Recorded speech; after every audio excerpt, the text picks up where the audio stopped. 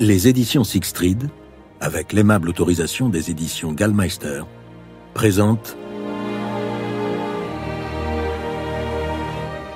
Autant en emporte le vent, volume 1, de Margaret Mitchell, interprété par Caroline Maillard.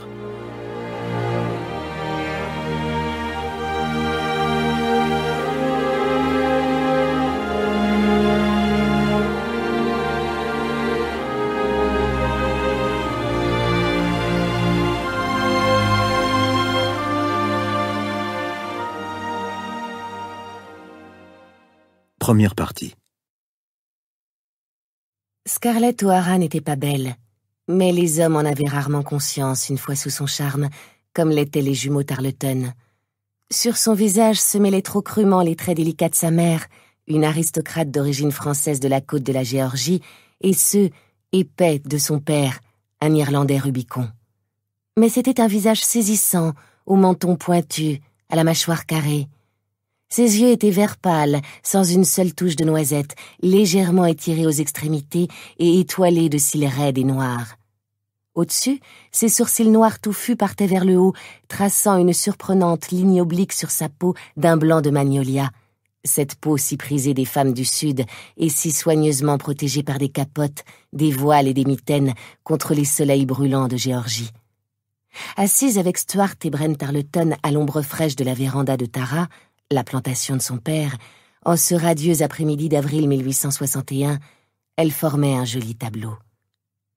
Sa nouvelle robe verte en mousseline fleurie déployait ses 11 mètres d'étoffe bouffante par-dessus les cerceaux de sa crinoline et s'harmonisait exactement avec les mules de maroquin vert à talons plats que son père lui avait récemment rapportées d'Atlanta. La robe rehaussait à la perfection sa taille de 43 centimètres, la plus fine de 3 comtés, et le corsage très ajusté montrait une poitrine déjà bien formée pour ses 16 ans. Mais malgré la simplicité avec laquelle sa jupe s'étalait, l'allure sage que lui donnaient ses cheveux habilement retenus en chignon dans une résille et l'immobilité de ses petites mains blanches croisées sur ses genoux, sa véritable nature était pauvrement dissimulée. Les yeux verts dans le visage d'une douceur appliquée étaient tempétueux, volontaires, débordants de vie, clairement à l'opposé de son attitude convenable. Ses manières lui avaient été imposées par les douces remontrances de sa mère et la discipline plus stricte de sa mamie. Ses yeux étaient à elle. De chaque côté d'elle, les jumeaux se prélassaient tranquillement dans leur fauteuil, plissant les yeux à cause du soleil qu'ils regardaient à travers de grands verres ornés de feuilles de menthe, tout en riant et en parlant, leurs longues jambes, bottées jusqu'aux genoux et robustes à force d'être en selle, négligemment croisées. À 19 ans, avec leurs 1,87 m, leurs os longs et leurs muscles durs, leurs visages tannés et leurs cheveux roux foncés, leurs yeux rieurs et arrogants, leur corps vêtu de vestes bleues identiques et de culottes de cheval couleur moutarde, ils se ressemblaient comme 2 balles de coton. Dehors, le soleil de la fin d'après-midi tombait à l'oblique dans la cour, enveloppant d'un éclat brillant la profusion de fleurs blanches des cornouillers qui se détachaient du fond vert tendre.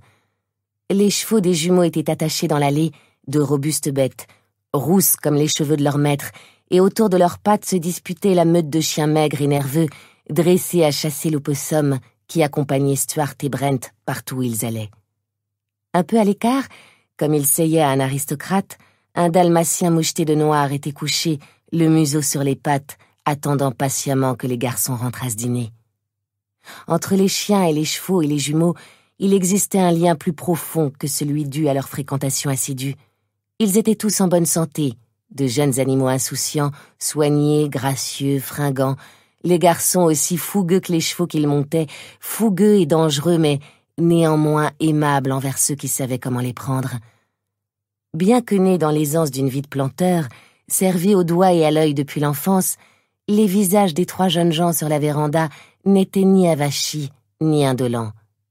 Ils avaient la vigueur et la vivacité des gens de la campagne qui ont passé toute leur existence au grand air et ne se mettent guère martel en tête pour les choses insipides qu'on trouve dans les livres. La vie dans le comté de Clayton, au nord de la Géorgie, était encore récente et un peu rudimentaire selon les critères d'Augusta, de Savannah et de Charleston. Les régions du sud, plus tranquilles et plus anciennes, prenaient de haut les Géorgiens de l'intérieur du pays. Mais ici, dans le nord de la Géorgie, Ne pas maîtriser les subtilités d'une éducation classique n'était pas honteux, à condition que l'homme fût intelligent pour les choses qui comptaient. Et faire pousser du bon coton, bien monter à cheval, être bon tireur, danser avec légèreté, servir de cavalier aux dames avec élégance et tenir l'alcool comme un gentleman étaient les choses qui comptaient. En ce qui concernait ses talents, les jumeaux excellaient, et ils se distinguaient tout autant par leur incapacité notoire à apprendre le contenu d'un livre, quel qu'il fût, de la première à la dernière page. Leur famille avait plus d'argent, plus de chevaux, plus d'esclaves que n'importe laquelle dans le comté, mais les garçons savaient moins de grammaire que la plupart de leurs voisins crackers. C'était précisément pour cette raison que Stuart et Brent traînaient sur la véranda de Tara en cet après-midi d'avril. Ils venaient d'être renvoyés de l'université de Géorgie, la 4e à les avoir mis dehors en l'espace de 2 ans, et leur frère aîné, Tom et Boyd, étaient rentrés avec eux car ils refusaient de rester dans une institution où les jumeaux n'étaient pas les bienvenus. Stuart et Brent trouvaient leur dernier envoi très drôle, et Scarlett, qui n'avait pas ouvert de livre de son plein gré depuis qu'elle avait quitté l'école de filles de Fayetteville l'année précédente, le jugeait tout aussi amusant qu'eux. « Je sais que vous vous moquez tous les deux d'avoir été renvoyés, et que Tom aussi, » dit-elle. « Mais Boyd, il a l'air de tenir à faire des études, et vous l'avez tous les deux sorti de l'université de Virginie, puis d'Alabama, puis de la Caroline du Sud, et à présent de Géorgie. Il ne finira jamais à ce train-là. »« Oh, il peut faire son droit dans le bureau du juge Parmalee à Fayetteville, » répondit Brent avec insouciance. « Et puis cela n'a pas grande importance. Nous aurions dû de toute façon rentrer à la maison avant la fin du trimestre. »« Pourquoi ?»« La guerre, petite dinde. La guerre va éclater d'un jour à l'autre, et vous ne croyez tout de même pas que l'un de nous allait rester à l'université alors qu'on est en guerre ?»« Il n'y aura pas de guerre, voyons, vous le savez bien, » déclara Scarlett lasse. « Ce ne sont que des on-dit. Tenez, Ashley Wilkes et son père ont raconté à papa pas plus tard que la semaine dernière que nos délégués à Washington arriveraient à un accord à l'amiable avec M. Lincoln au sujet des États confédérés, sans compter que les Yankees ont trop peur de nous pour se battre. Il n'y aura pas de guerre, et j'en ai assez d'en entendre parler. »« Il n'y aura pas de guerre !» s'écrièrent les jumeaux d'un air indigné, comme si on leur avait menti. « Voyons, mon chou, bien sûr qu'il y aura la guerre, » dit Stuart. « Les Yankees ont peut-être peur de nous, mais après la façon dont le général Beauregard les a délogés à coups de canon avant-hier de Fort Sumter, ils vont devoir se battre s'ils ne veulent pas être considérés comme des lâches aux yeux du monde entier. Les États confédérés... » Scarlett fit une moue d'agacement là.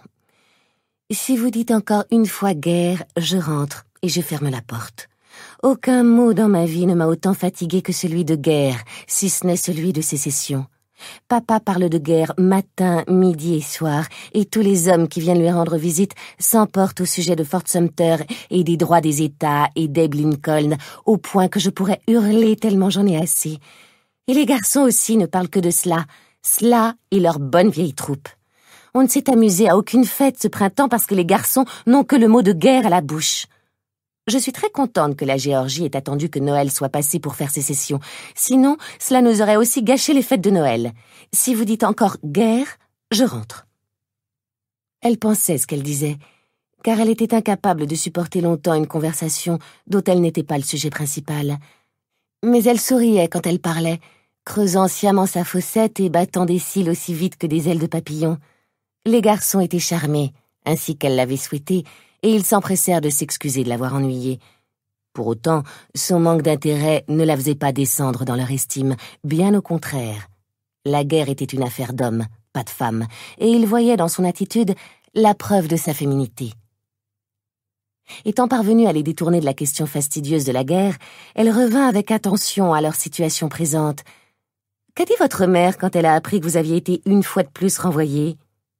Se rappelant comment leur mère s'était comportée 3 mois auparavant lorsqu'ils étaient rentrés, à sa demande, de l'université de Virginie, les garçons parurent gênés. « Eh bien, » commença Stuart, « elle n'a pas encore eu l'occasion de dire quoi que ce soit. Tom et nous sommes partis de bonne heure ce matin avant qu'elle se lève, et Tom s'est arrêté en chemin chez les Fontaines. »« N'a-t-elle rien dit quand vous êtes rentrés hier soir ? » ?»« La chance était avec nous hier soir.